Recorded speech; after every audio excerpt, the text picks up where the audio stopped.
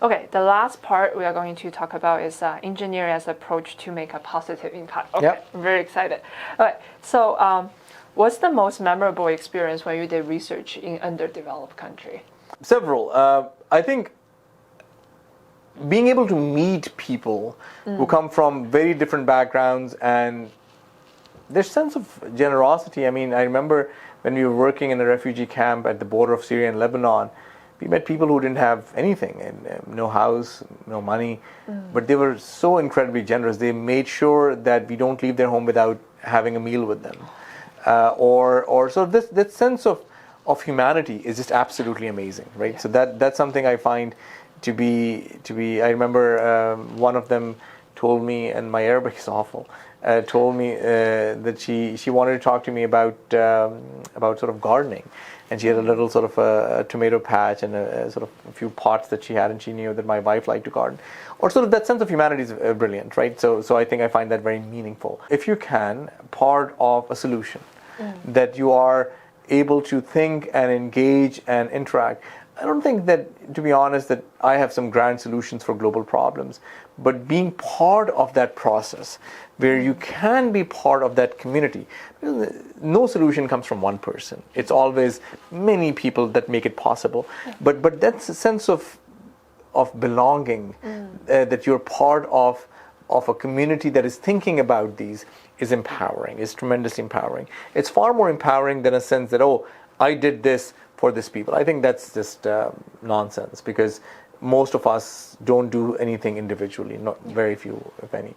I think the other part is just being blown away by how knowledgeable people who have no formal training is, and realize how thoughtful, how deeply careful in their analysis they are. We often associate great thought with great education, but I've learned that is not true. Recognizing how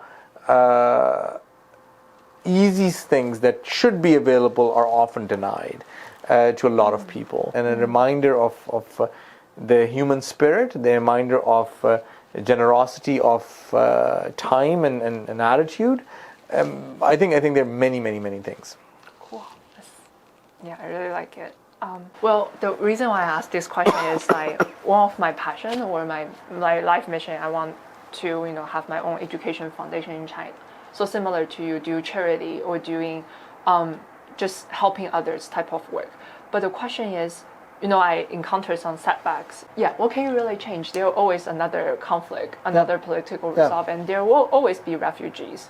And then, like, sometimes when you see the scope of the problem, and then you feel a little bit defeated. Of course. So how would you, what will motivate you to sustainably, like, always keep working on what you are already working on? So I think there are two things. First of all, I think ultimately you should judge yourself by the effort, not the results, because there are so many factors around you that control the results. You should be proud of the effort that you make. You should certainly look at results, but that's not the way to judge yourself, because I think that would be unfair, because a lot of things are not in your control, right?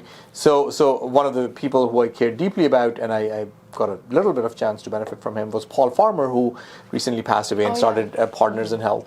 And I look at his life, and he worked in some pretty awful places, poor, unjust, places where there was a lot of strife and conflict.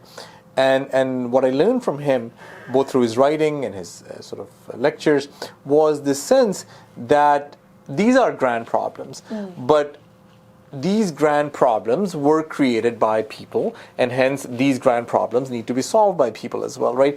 And if we have more and more people, at some point you'll start to push this. It may happen in 5 years, it may happen in 50.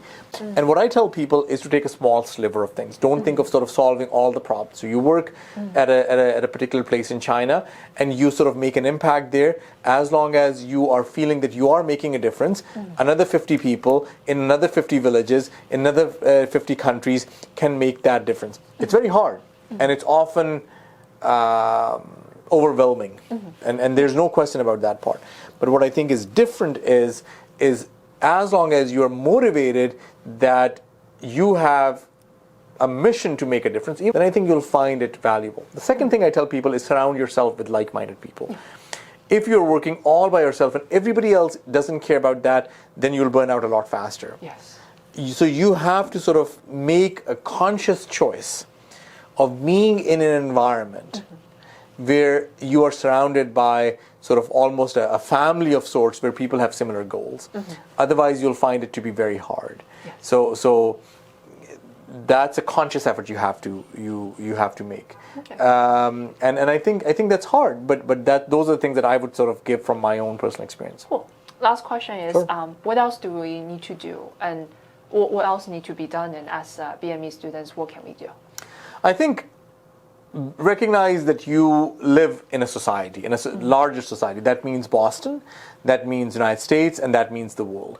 And I think that we are tremendously privileged going to a good institution, having enough to eat, roof over our head, being in a relatively, I would say, safe environment. If we recognize that we are privileged, then I think that privilege comes with a sense of responsibility. And that responsibility doesn't mean that you should work with refugees or on global health, but that means that you have to have some kind of a positive impact on society. That can happen if you're an artist. That can happen through starting a new organization. That can happen you being successful in your organization and changing the culture of your organization towards fairness. So recognizing that sense of gratitude and hoping that we can sort of give back in whatever way possible through our work, through our education, through our research, is something that I think we should care about. Wow, this is amazing. Thank you so much for your Of course. time.